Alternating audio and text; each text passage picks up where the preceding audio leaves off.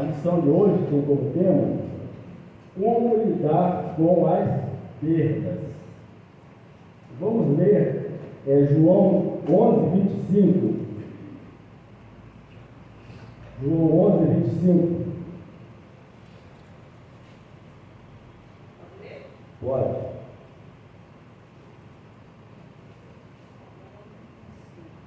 Disse-lhe Jesus: Eu sou a ressurreição e a vida.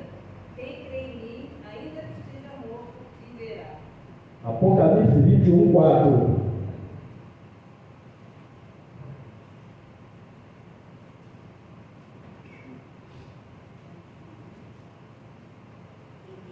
Enxugará dos olhos toda lágrima, e a morte já não existirá. Já não haverá luto, nem pranto, nem dor, porque as primeiras coisas passaram. Então vamos ler todos agora. Apocalipse 21:4. Todos. Ele enxugará dos olhos toda lágrima, e a morte não existirá. Já não haverá luto, nem pranto, nem dor, porque as primeiras coisas passaram. Então, conforme estávamos dizendo, a lição de hoje fala sobre a dor da perda. Ao longo da nossa existência, experimentamos muitas perdas. Quando criança, perdemos o conforto do útero e ao longo da vida passamos por perdas ainda mais sérias. Algumas, inclusive, são difíceis de colocar em palavras, como a morte de um ente querido, por exemplo. A Bíblia traz inúmeros contos sobre perdas, das cotidianas às pontuais, e nos ensina a lidar com cada uma delas. Nesse artigo, vamos discutir sobre a natureza das perdas, o propósito dela em nossa vida e como reagir a cada uma. No livro de Jó, lemos sobre as perdas relacionadas à sua saúde, à sua família e bens materiais. Em 2 Samuel 12, 14, 31, acompanhamos o drama da morte do filho de Davi e de sua reação diante de tamanha perda. Em João 11, lemos sobre a perda de Lázaro, sentida profundamente por Jesus, Maria e Marta.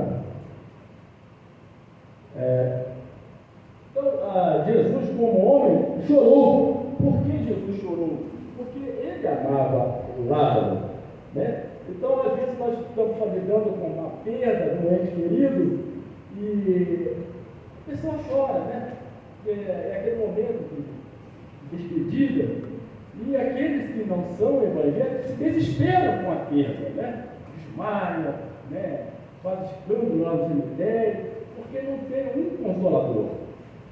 Ao lidar com a perda de alguém que você ama, é um dos maiores desafios da vida. Sim ou não? Não ouvi. Sim, né? Lidar com a perda de quem a gente ama é um dos desafios maiores da nossa vida. Meu pai já morreu já há alguns anos, e está lá o quintal, minha irmã agora construiu, a casa do meu pai ainda está na frente, mas será derrubada. E toda vez que eu vou lá, eu me lembro, sinto saudade do meu pai, da minha mãe, do local onde sentava, conversava muitas horas, faz parte da nossa vida. Nós não apagamos a história, está enraizado na nossa história, né? E é bom que esteja, né? Essa saudade agradável, né? Porque e naqueles momentos que você está em aflição, que você precisa tomar decisão, e você lembra do pai, como se o pai fosse vivo, certamente ele daria um conselho, não é verdade? Você começa, poxa pai, estou com esse problema, e o conselho sempre chegava e ajudava você a tomar a decisão. Você pode associar o luto à morte de um ente querido, que muitas vezes é a causa do tipo mais intenso de luto. Mas qualquer perda pode causar luto. Sim ou não? Sim. Qualquer perda pode causar luto. O divórcio, o término de um relacionamento, isso acaba com a pessoa. Né? Pessoas ficam magras, pessoas sofrem até passar aquele momento, porque está naquele luto daquela perda, né? Ah, mas era um salafrário, né? Não prestava, mas foi uma perda. Eu ontem conversava com um amigo de trabalho e ele dizia que ele entrou na justiça pedindo a guarda do filho de 7 anos. Por quê? A esposa, ela foi para uma festa, deixou o filho com um amigo, e esse amigo levou o garoto para um shopping, e um amigo do meu colega ligou para ele: ó, sua mulher, a sua ex-esposa foi para uma festa aí, deixou o filho com o fulano, ele está tomando uma lá no shopping, lá por fora, seu filho está junto. Aí ele foi lá, pegou a criança e levou para casa. Quando a esposa chegou, ligou para ele: não, está comigo, você deixou a criança assim, sabe? Cheguei lá, estava todo mundo bebendo, ele sentado lá no celular, né? Aí ele foi para o juiz pedindo a guarda da criança, e o juiz negou a guarda, e ele separou porque a mulher estava com a amante, e com a criança, a mulher beijava o amante na frente da criança. Então a criança hoje, ela está no psicólogo, porque chega aqui: ah, vem aqui no tio Guilherme, dá um beijo no tio Guilherme, na tia Francisca, ele não beija ninguém mais, nem o pai, porque ele via, acha na cabeça dele, segundo a psicóloga, que o beijo no amante foi a causa da tragédia da vida dele, que os pais separaram.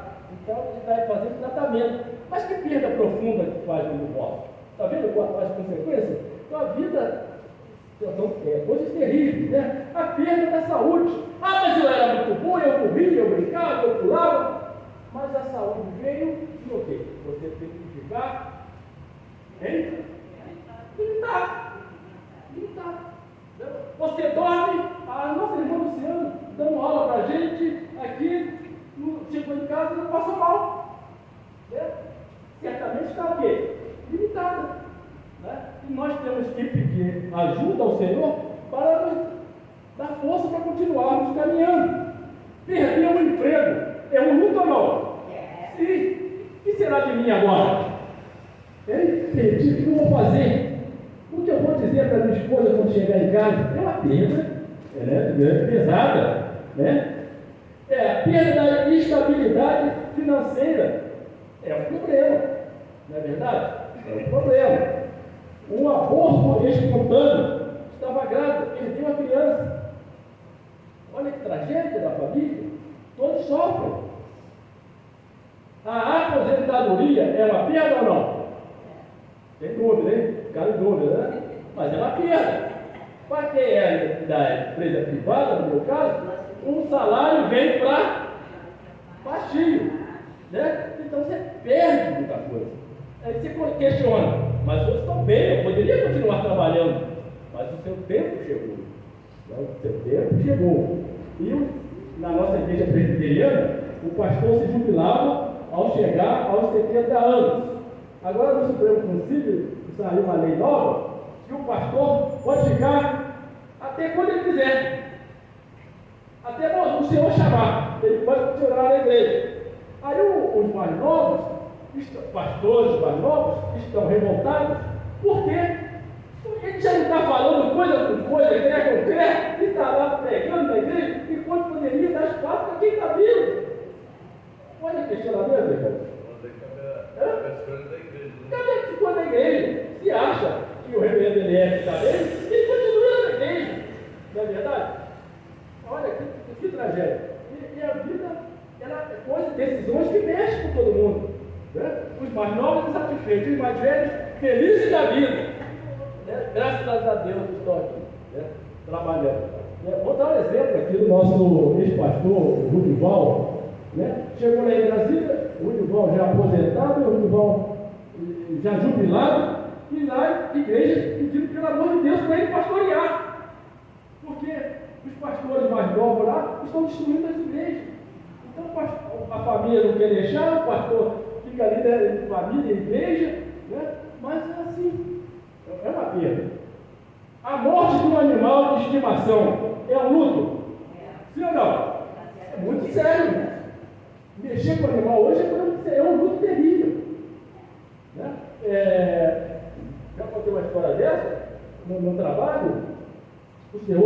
mim e falou, era final de ano, mas estou muito triste, porque essa data me traz muitas recordações. Eu fiquei alimentando o papo, né? Não sabia o que era, porque eu ouvindo. E no final, ele dizia que o cachorro dele, o Billy, tinha falecido naquele período. E ele chorava muito porque ele lembrava ainda do cachorro. Né? Eu tive que consolar ele, falar, pô, o cachorro, mas é a mesma coisa. Então, era uma perda muito grande para. Até o animal sente a falta do seu dono. Né? Eu agora recente, a Rafaela arrumou uma labradora, e ela vindo lá para casa, a cachorra correu para a rua, ela não conseguiu segurar, o carro veio e atropelou. Uma dor terrível. Né? Por quê? No domingo, ela estava sentada lá fora, fazendo atas, e ela sentou no banco, ficou assim do meu lado, olhava para mim, botava o ombro, a cabeça de novo. Eu falei, pô, esse cachorro.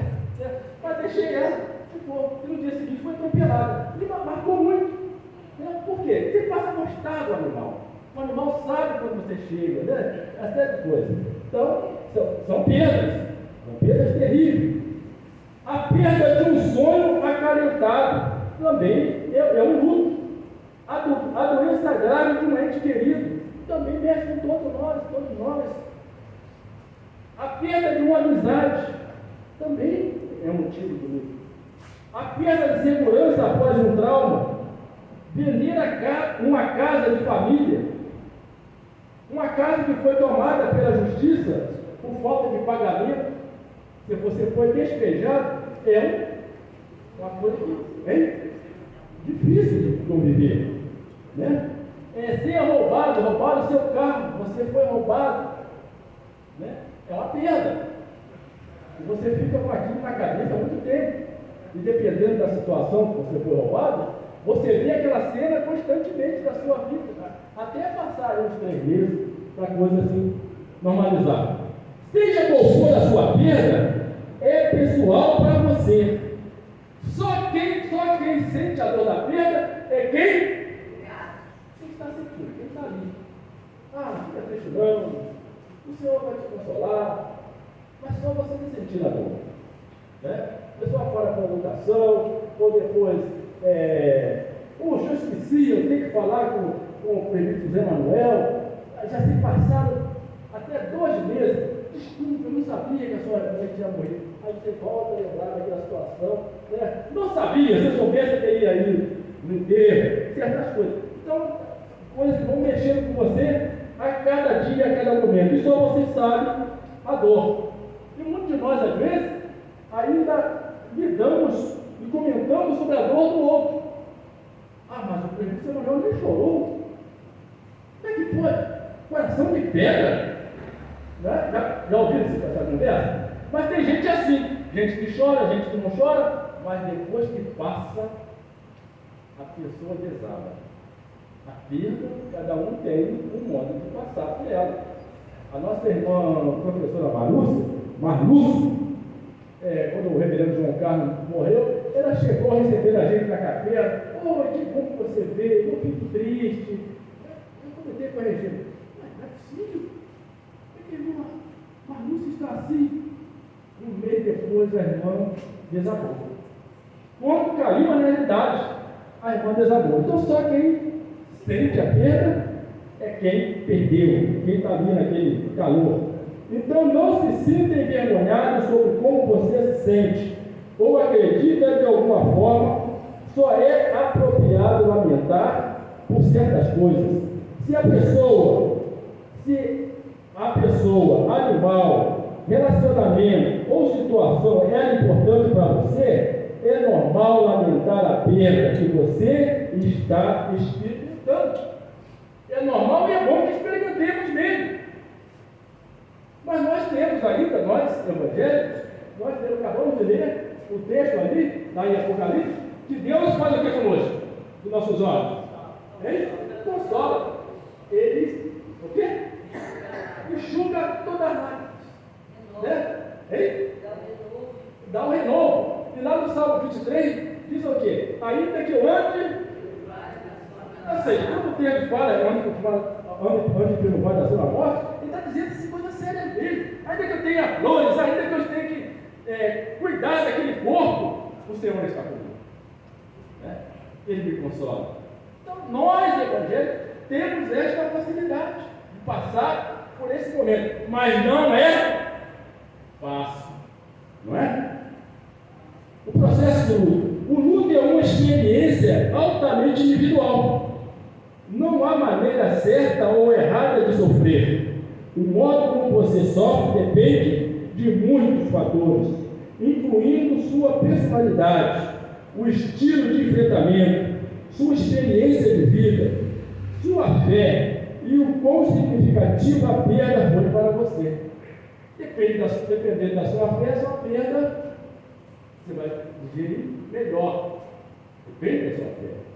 Né? Antigamente, eu não tenho visto isso agora, mas bem antigamente, quando se morria alguém, principalmente o homem morre na frente, o que acontecia com as mulheres? Depois que o marido morrer, ela usava preto, aquele vestido preto. Vocês lembram disso?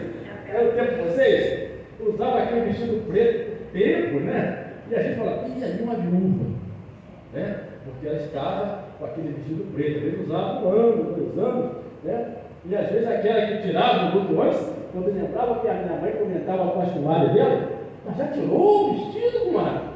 Já tirou. Olha, comadre, então, a comadre já deve estar, o homem já deve estar olhando para alguém aí, né?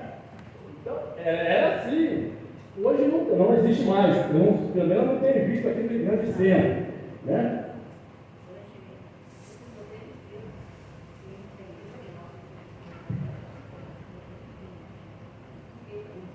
O que a Bíblia diz sobre o luto? A Bíblia está cheia de relatos sobre a morte e o luto de muitas pessoas. No Antigo Testamento, por exemplo, lemos sobre Jacó chorando a perda de José e se recusando a ser consolado.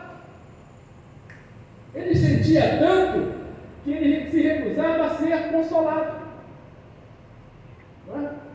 E hoje, se alguém vai falar, olha, mas fulano não quer ser consolado, já conversei, já liguei para lá, não atende o telefone, né? E muita gente que a pessoa não aceita o luto e acha que quem morreu está vivo, ainda decide lá debaixo da terra, ou seja, onde for, cremado ou não, decide. Uma irmã nossa aqui, mais antiga, me lembram disso, que ela ia no cemitério todos os dias. Olha, chegou a coisa de minúscula, mas eu já paguei. Olha, acho que no seu tempo, era bom dia, lembra? Seu Bijó, era no seu tempo? Então, a Bibinha, ela pegava conta, tudo chegava, papai, olha, já cheguei, olha, já recebi o pagamento da pensão, paguei tudo, né? Aí ela estava fazendo esse evento lá no cemitério. Aí chegou a testemunha de Jeová, estava ali evangelizando, falou, a senhora está fazendo isso, não faça isso, porque a alma dele está aqui no ar, sabe? É como um spray, você está matando o mosquito, fica assim, ó, acabou com ela.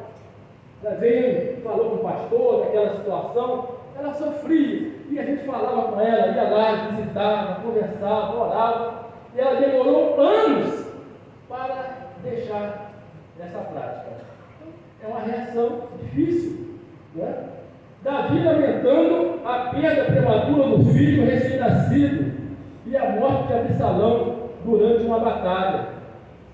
E Jeremias planteando a morte do rei Josias.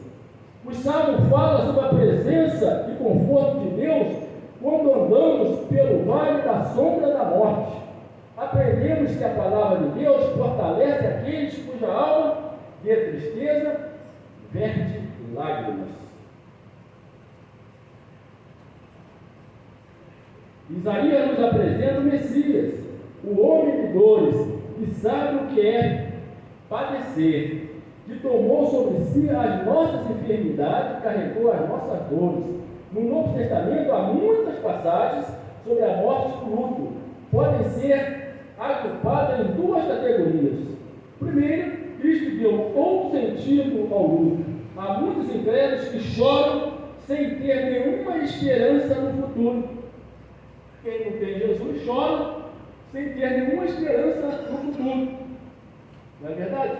Mas nós choramos e temos esperança no futuro, mas qual é a nossa esperança? A vida eterna. O texto que a Heloísa leu lá em João, não é? Fala sobre isso, pode ler de novo?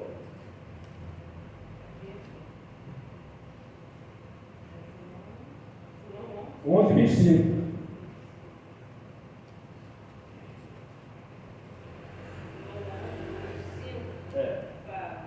Disse-lhe Jesus: Eu sou a ressurreição e a vida. Quem crê em mim, ainda que esteja morto, viverá. E todo aquele que vive e crê em mim nunca morrerá. Crê por isso? Exatamente. A nossa esperança é que nós estamos morrendo com Cristo. Né? E nós vamos estar com Cristo. Né? O caminho para nós não acaba. E aqueles que choram, que se desesperam, que não conhecem Jesus, não sabem para onde vão. Aí na cabeça dele já é o inferno mesmo. Né? Pois se cremos que Jesus morreu e ressuscitou, assim também Deus, mediante Jesus, estará juntamente em sua companhia os que dormem. Podemos confortar e animar uns aos outros com essas palavras, convencidos de que, no futuro, os mortos ressuscitarão incorruptíveis e nós seremos transformados. E quando esse corpo corruptível se revertir de incorruptibilidade, e o que é mortal se revertir em imortalidade, então se cumprirá a palavra que está escrita: tragada foi a morte pela vitória.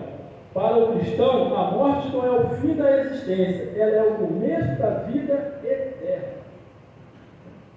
Recebi uma notícia dessa semana passada, né, de um colega de mocidade, irmão do presbítero Hamilton, né, organista, pianista, Hamilton. Desde a mocidade conhecíamos ele.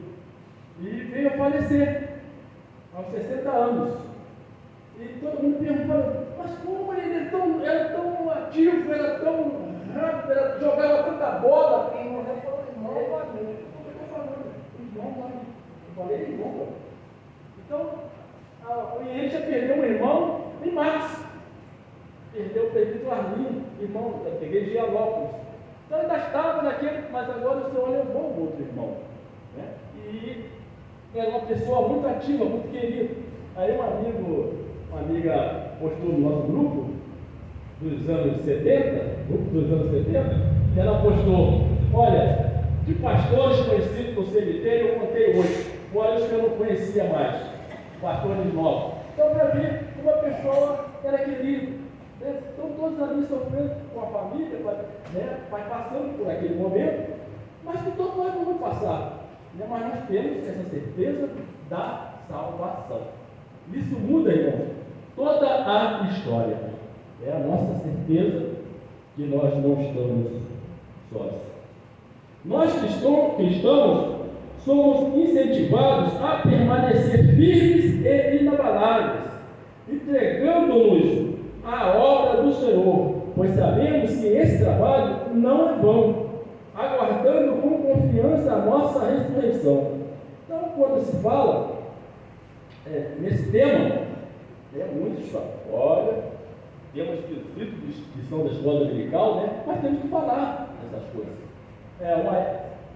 Uma época, o reverendo Rurival aqui pregou sobre a morte, falando que nós tínhamos em seu sermão que estar com a nossa casa preparada.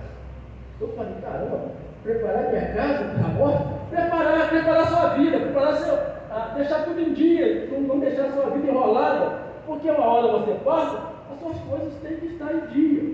Né? Eu visitei uma casa, concorrente lá no bairro de Jacarepaguá, para ver, a casa está avaliada pela prefeitura por 1.570.000. Mas A mãe morreu, o pai morreu, e os filhos não têm dinheiro para pagar o inventário. A casa de 1.500.000 e pouco está sendo vendida por 720. 120 deve de IPTU. Mas o inventário, que é consensual, os irmãos vão assinar ali, é feito em cartório, mas o imposto de transmissão que vai pagar, vai sobrar para os irmãos, vamos supor assim, 300 mil.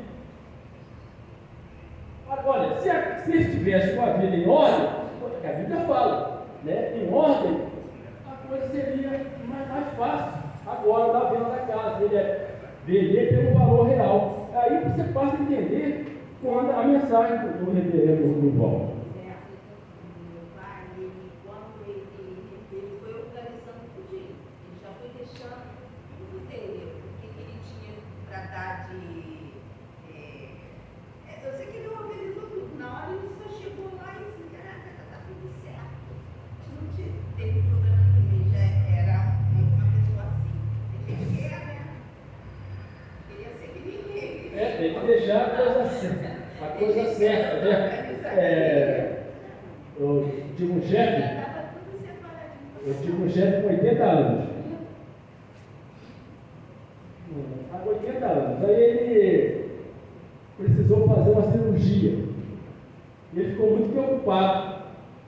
Ele tinha um filho de 30 anos fora do casamento. Ele falou: vai que eu morro na mesa de cirurgia. Eu tenho que contar para alguém de confiança. Então ele chamou o filho que ele tinha mais.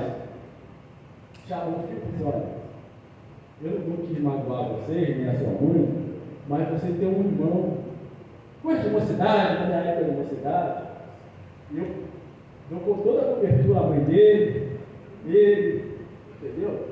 Está fazendo lá mestrado, terminou o curso, e eu pago lá, a despesa lá, eu pago.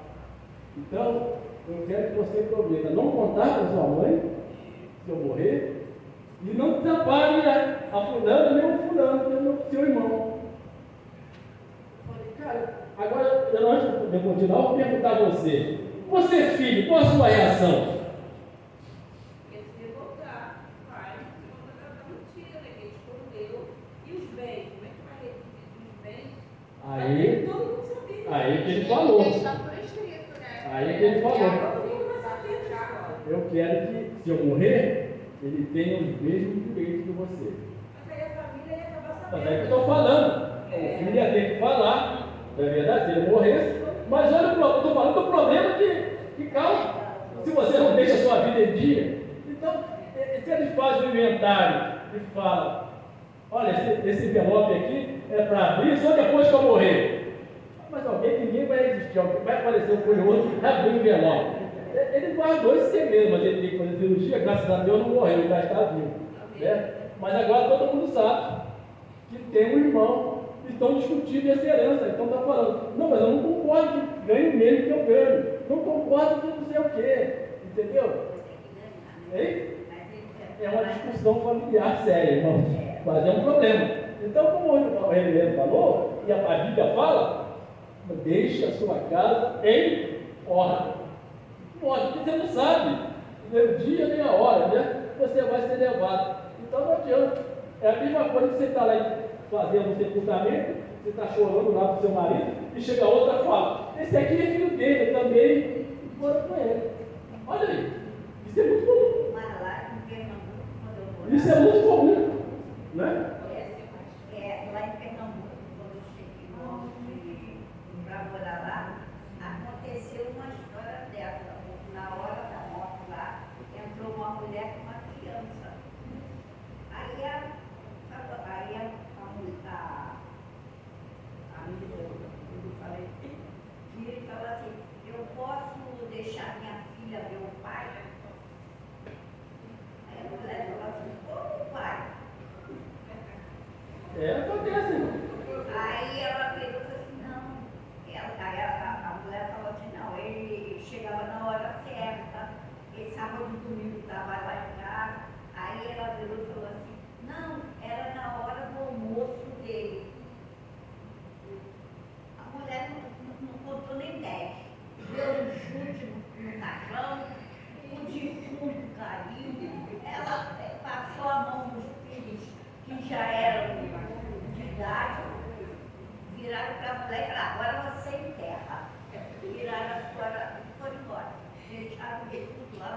Irmãos, vê de tudo.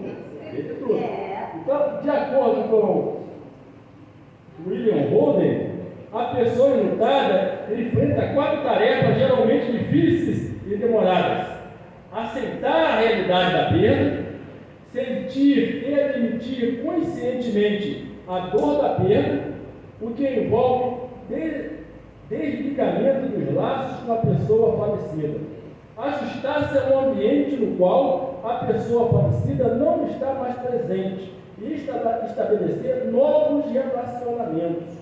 Esse último estágio parece ser o mais difícil, porque as pessoas se sentem culpadas, inseguras por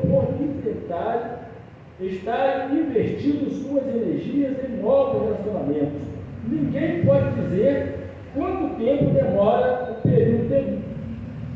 Mas o médico, talvez o luto é tão forte que você precisa procurar um médico, psicologia, um psicólogo, para te ajudar. E muitas vezes o médico fala para você: não, isso aí 3 meses, você passa. Acontece isso, irmãos? 3 meses você passar o luto? Não. Ele te acompanha, né? Te acompanha, mas ele vai te dar o tempo, né? Deus vai te confortando, né? Daquela situação, né?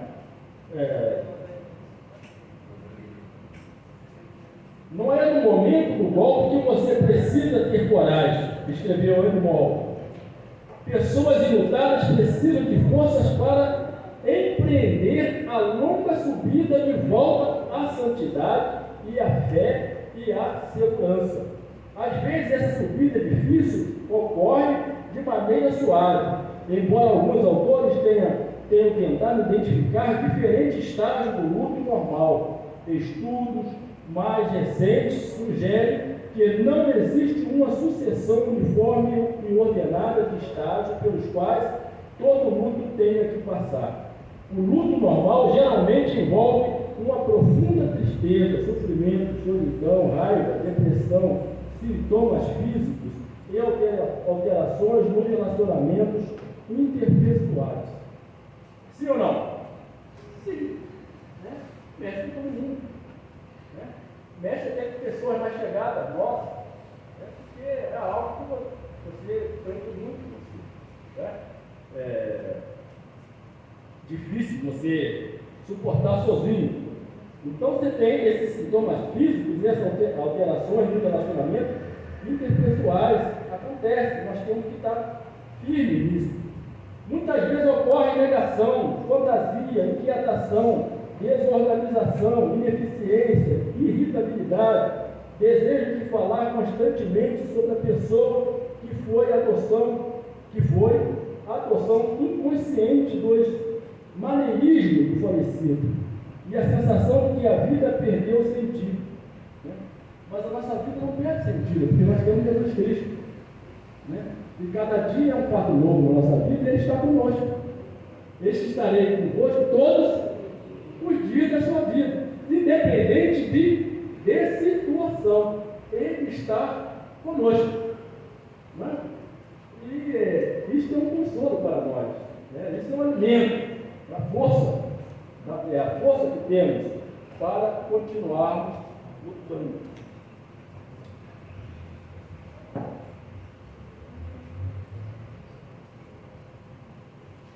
A morte para aquele que crê em Jesus é somente um tchau para esta vida, porque no momento que fechamos os olhos para esta vida, abrimos nossos olhos para Deus.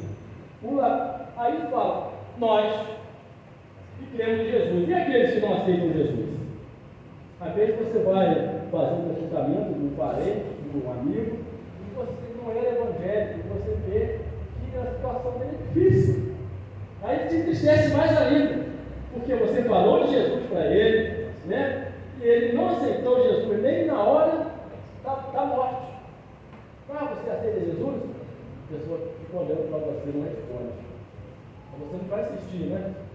Nós estávamos, teve uma época aqui na igreja que fazíamos trabalho de visitação, Carlos Chagas. Quando era permitido a igreja visitar, agora só entra capelão, pessoas autorizadas. Então nós fomos orar com a pessoa, que estávamos eu, seu Onésimo,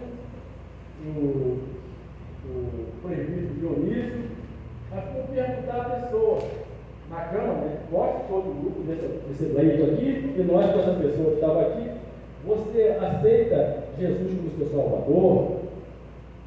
A pessoa não aceita. Aí nós passamos para esse leito, conversamos com a pessoa, tudo bem, eu sou morador, não moro ali e tal, mas a minha família me abandonou aqui, eu fico muito satisfeito pela visita de vocês, poderia fazer uma oração. Daqui a pouco, começou a apitar no leito que nós falamos, aí a pessoa chegar enfermeiro correndo, o homem morreu. Na nossa frente não, nós estávamos fora, mas naquele momento, foi um teste muito grande. Você faz uma visita ao hospital assim, você tem que estar preparado, o trabalho é difícil. Aí a nossa cabeça, puxa vida, morreu sem Jesus. E teve aquela oportunidade ali de aceitar Jesus como seu Salvador. Não é? Então tem gente assim. Né? O senhor aqui da igreja, eu não canso de dizer isso, marido da nossa irmã Sebastiana, ele era tão cruel, quando passava um dia ao horário do culto, ele deixava ela dormir na varanda com os filhos. Numa noite fria, como tem feito, os vizinhos pegavam e botavam para dormir nas suas casas, para não deixar ela dormir na varanda. Aí ele teve um câncer no final da vida. Aí ele mandou chamar o pastor, gente que queria aceitar Jesus, que ele era contra Jesus. Aí era o reverendo Elcio na época, ele ligou lá no meu trabalho. Olha, você dá para ir na casa da irmã Sebastiana, que o marido dela disse que aceitou Jesus, que a gente vai lá batizar ele hoje. O que o irmão acha? Falei, pastor, ele disse que está com uma doença dessa. Vamos batizar ele lá agora. Aí saiu do trabalho, ele trabalhava no Beijo, na Rio Branco, eu trabalhava quase em frente. Aí fomos lá para casa da irmã Sebastiana, batizamos ele. No final de semana ele faleceu. Olha que coisa. Mas morreu com Jesus.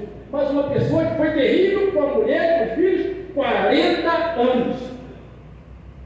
Isso foi da igreja, a moça da igreja. Ela ficava desesperada quando o pastor passava. E você fala, irmã Sebastiana, vai embora. Passou, vai embora. Né? Mas ela ficava ali esperando como terminar. Eu trabalhei num hospital, era um hospital que ninguém queria. Era um paciente do SUS e quando não tinha condições, eles tinham que receber um alta, mas eles não podiam ir para o morro, então eles ficavam nesse hospital. Tinha uma senhora lá que eu atendia, eu sempre estava falando com ela, né, de Jesus, ela já estava até atenta, isso, não. Mas ela, acho que um dia antes, ela falou assim, eu estou com raiva de Jesus, eu não aceito mais ele. Eu disse, meu Deus, aí no dia seguinte ela morreu. Então foi uma das pacientes assim, que eu tive que eu mais chorei. Eu posso dizer que eu chorei mais por ela do que pelo meu pai e minha mãe. Sim. Porque foi muito triste, porque era muitos anos trabalhando com ela e ela na hora ela falou isso. Eu disse, meu Deus, agora você fala que não aceita Jesus. Nossa, né? Mas tem muito caso desse. Foi muito triste, né? Mas tem muito caso desse. Pois é, mas ela era próxima minha, né? Ficou. E tem, irmão, também, outra perda nossa que é terrível, é a perda da esperança. Olha que terrível você perder a esperança. Através do luto, você perder a esperança.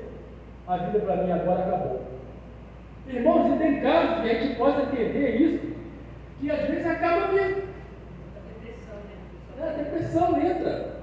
Não sei quem viu aí essa semana, um senhor, acho que estava atravessando o sinal, uma moto, fez um caminho até contrário, ela veio numa contramão, pegou o senhor, que ela, segundo a família relatou, estava perfeito de saúde, não tinha nada, não tomava remédio para pressão. Hein? Você viu? E aquele senhor morreu atropelado por uma irresponsabilidade de um motoqueiro. Agora a polícia está caçando o rapaz. Né? Então, a perda é muito séria. A perda de esperança. Elias, o grande profeta, experimentou momentos de grande depressão e dor. A Bíblia fala que Elias se assentou debaixo de um zimbro e pediu para si o quê? A morte, dada a sua tristeza. Basta, não aguento mais. Eis que veio a palavra do Senhor e disse: que faz aí, Elias? Então, quando você está nessa situação, Deus está falando com você. Que faz aí, José? Levante, a vida continua, eu estou contigo. Né? Isto nos dá força para aquele que conhece Jesus Cristo. A perda espiritual. Ah, mas agora não vou mais à igreja porque Deus não poderia ter feito isso comigo. Né? Eu não merecia isso. Quando nos afastamos de Deus por falta de tempo ou de interesse, perdemos a comunhão com Ele. Por si só, essa ausência já traz impactos imediatos em nossa relação com o outro, com Ele e conosco. A perda espiritual também é uma perda de propósito.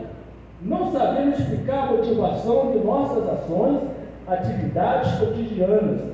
Não sabemos o que esperar do futuro e tampouco refletir sobre a nossa identidade. Então, a perda da espiritualidade é algo terrível. Fica perdido. Fica perdido. Né? Fica perdido. Né? Por que vamos fazer isso? Hoje estou desanimado. Estou desanimado. Né? Então não pode perder a espiritualidade, porque é ela que vai te sustentar. Tá? Então não podemos perder.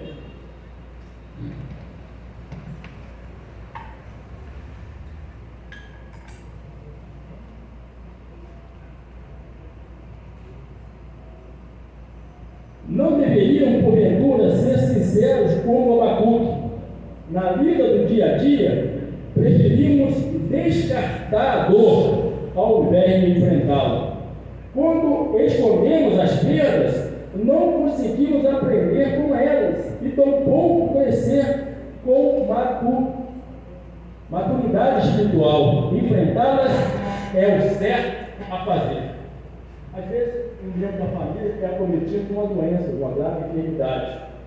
Ah, não vamos comentar isso não, porque é uma doença séria, né? Então, vamos ficar em família. Você vê muito artista fazendo isso, né? Ah, vamos, a família não quer divulgar. Né? Mas se você não divulga aquilo que você sente, aquilo que está atormentando, que está doendo o seu coração, como podemos te ajudar em oração? Não é? Então, não é o nosso caso aqui. Mas aqueles que estão fora da igreja, muitas vezes, omitem a sua enfermidade com medo de ser de quê? Mas quando você compartilha, alguém está orando por você, alguém está rezando, né, por você, conforme diz lá fora. Né? Mas também não pode viver assim sozinho, isoladamente, está sofrendo, tem que pedir ajuda. Não podemos. Vamos orar. É verdade? Os próprios médicos, eles já chegaram à conclusão que, primeiramente pergunta, você tem fé? Ah, tem fé em Deus. Eu peço a Ele, só Ele da sua vida. Muitas das vezes, né? Só Ele. Não esqueça do meu sogro, ele dizia que o médico esteve lá e mandou chamar minha sogra e falou: olha, ele não passa dessa semana. Reverendo Vicente foi lá, orou, foi outros pastores, porque aquela semana ele ia morrer. Ele fez muitos cultos de gratidão e enterrou todos aqueles que visitaram. Olha, como é que pode? Mas como o médico falou, aí a igreja está orando, mas o médico não é Deus. O médico não é Deus. Nós temos que ter A última palavra fé. Exatamente, a última palavra é do Senhor. Né? Na igreja da ilha, onde eu fui membro, por muitos anos, uma senhora foi acometida de câncer nos seios. Ela chegou para a igreja, o pastor, de manhã, na escola dominical, e falou: pastor, estou com essa enfermidade, estou cada ontem, e eu vou fazer outro exame na quinta-feira. Aí o pastor marcou a vigília para quarta. Irmãos, a igreja estava lotada, e todo mundo ali orando, só orando por ela. E ela foi fazer o exame. E chegou lá, já não era tão, a situação já tinha mudado. Aí o médico perguntou o que ela fez. A minha igreja orou por mim. Ela teve que tirar o receito, mas não correu risco de vida, né? Viveu, enterrou o marido e foi pescar no Rio Araguaia e lá pegou malária. E ela ficou aí por muitos anos. Por oração. Mas foi uma coisa, irmão, que eu nunca vi a igreja toda ali orando. Só por ela.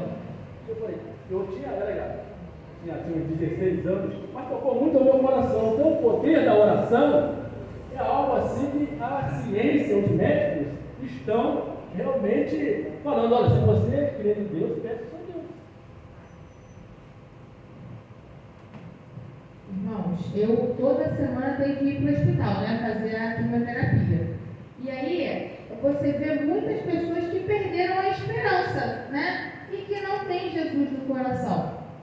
Eu estava no hospital e uma pessoa chegou para mim e falou assim, mas como é que você consegue ficar tão animada, tão feliz, tão disposta? Aí eu falei para ela, porque eu tenho certeza que eu já estou curada, em nome de Jesus. Aí ela, nossa, eu queria ter essa certeza também. Então assim, toda sexta-feira eu já converso com ela para poder, para ver se Jesus toca no coração dela. Mas eu aceitei a situação que hoje eu vivo. Eu entendo que eu estou doente, eu estou passando por tratamento como qualquer um de vocês. Agora, a Preta Gil, a cantora, ela tem o mesmo câncer que o meu, adenocarcinoma no intestino, e ela recebeu o diagnóstico e ela colocou no Instagram, nas redes sociais dela, né? Eu estou pedindo aos meus orixás, não tem energia positiva dos meus fãs e tal. Recebeu o primeiro baque. O câncer dela era um pouco pior do que ela imaginava. Segundo baque, teve uma septicemia, fez infecção generalizada, ficou semanas internada, quase morreu. O marido largou ela, e ela fazendo essa questão, né, como a professora Marlucinei, não viveu aquele momento de sofrimento. Agora, sexta-feira, eu voltando do hospital, ela colocou nas redes sociais que estava sim no hospital, mas que não havia sido nada grave, que ela teve uma crise de ansiedade e foi diagnosticada com síndrome do pânico, porque no momento que ela precisava lidar com aquela situação de perda, apesar de não ter morrido, o esposo a deixou depois de tantos anos, ela surtou. Então, por isso que a gente tem que aprender a lidar com o luto, né? E com as situações que nem sempre são aquilo que a gente gostaria que acontecesse nas nossas vidas, né?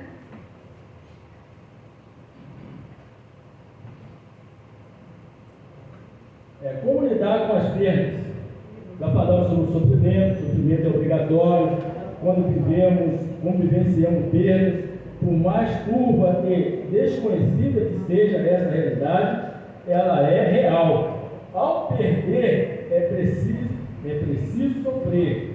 Jesus chorou quando Lázaro morreu, e você também deve chorar durante suas perdas. Então, o que você pode e eu perceber, são pessoas tentando lembrar como foi a vida com aquela pessoa, mas até que dizem, se eu pudesse voltar atrás, eu agiria diferente e começava a chorar pela dor da perda. Então, é um choro que deve existir no momento do choro, e quando você tem que tiver vontade. Agora, é algo difícil de passar. Né? É difícil de passar. Nós fomos sepultar a nossa irmã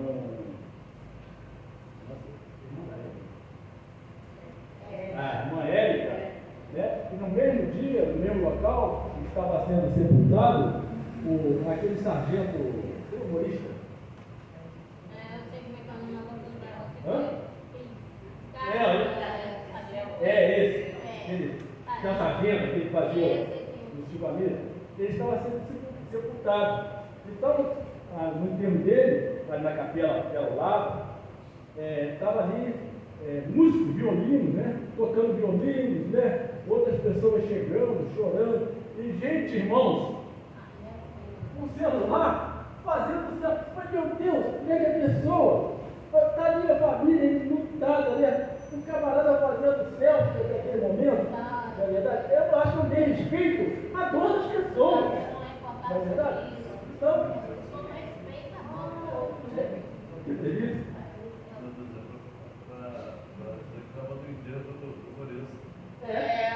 só não é possível isso, irmão. As pessoas não têm sensibilidade.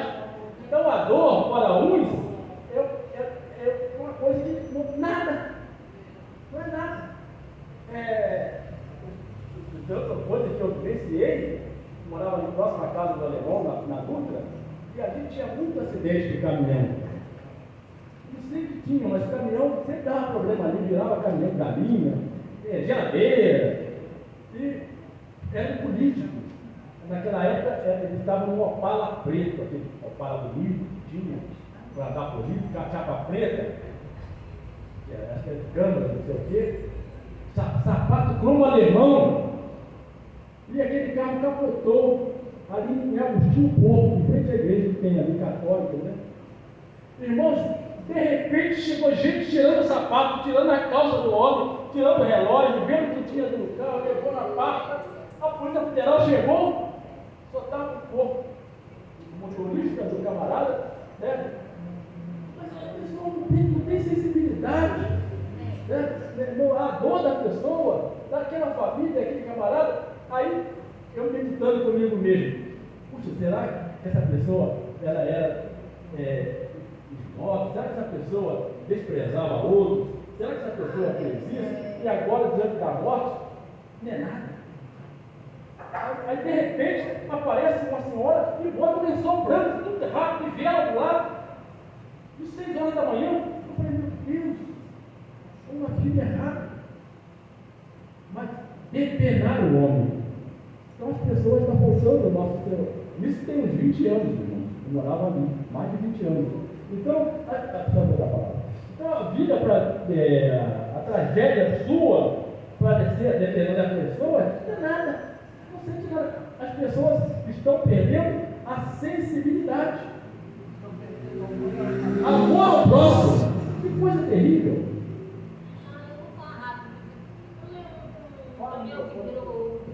Desse aí, que em vez de se preocupar de desvirar o caminhão, não, o pessoal estava preocupado em tirar tudo que tinha. Aí o outro falou assim, meu Deus, como é que está a situação? Que as pessoas não pensam no outro, vou desvirar, ver se a pessoa está viva, se ele mata. Infelizmente ele faleceu, Então, como a Dagmar falou de caminhão, quando eu trabalhava na Brinquedos de Estrela, os motoristas ganhavam muito dinheiro. Então, chegava em São Paulo, carregava e voltava. Porque nessa época do ano, já muitos brinquedos vendendo. Então, já preparando comida das crianças. Então, era lá e pá. E eles tomavam o tal do arrebite. Então, o cara chegou na Serra das Araras, o caminhão foi embora. O cara dormiu, o cara já não estava descansando, o cara morreu. Aí a polícia rodoviária ligou lá para a empresa. Quem atendeu foi o porteiro. Quem atendeu, acho que foi o gerente. O porteiro não estava, o gerente atendeu. Qual foi a pergunta? E a carga? Alguma coisa com a carga? Não perguntou pelo cara que mas a preocupação era a carga. Então a pessoa que estava ali não era nada. Então nós temos que ter confiança em Deus, né? Porque Ele é o nosso pastor, porque através dele nada nos faltará, e a certeza do que diz Apocalipse 21, 4, quando nos fala que Deus vai enxugar dos nossos olhos todas as nossas lágrimas, e que a morte não existirá mais, nem luto, nem dor, só a glória do nosso Deus. Se você está passando por um momento muito difícil, pela perda de qualquer uma das coisas que nós falamos aqui, em meio a muitas lágrimas, que parece ser uma escuridão sem fim, leia o livro de Apocalipse 21, de 1 a 5, e medite e veja que Deus tem uma cidade com um novo céu e uma nova terra, onde todos aqueles que creem em Jesus irão morar ao seu lado, e vai fazer nova todas as coisas. Ele nos abençoe. Ele nos ensina a viver nesses momentos difíceis da vida, porque nós não estamos sozinhos.